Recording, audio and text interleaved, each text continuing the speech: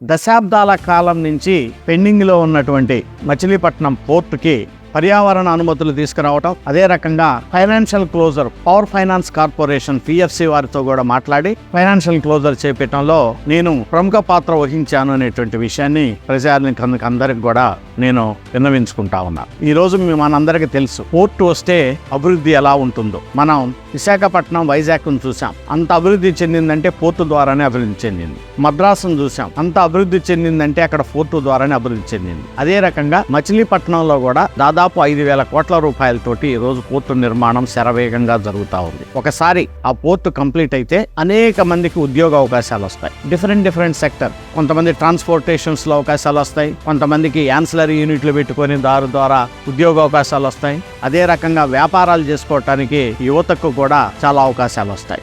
గాజు గ్లాసు గుర్తుకు ఓటు వేద్దాం. మచిలీపట్నం పార్లమెంటు సభ్యునిగా మరోసారి మన వల్లభనేని బాలశౌరి గారిని గెలిపిద్దాం.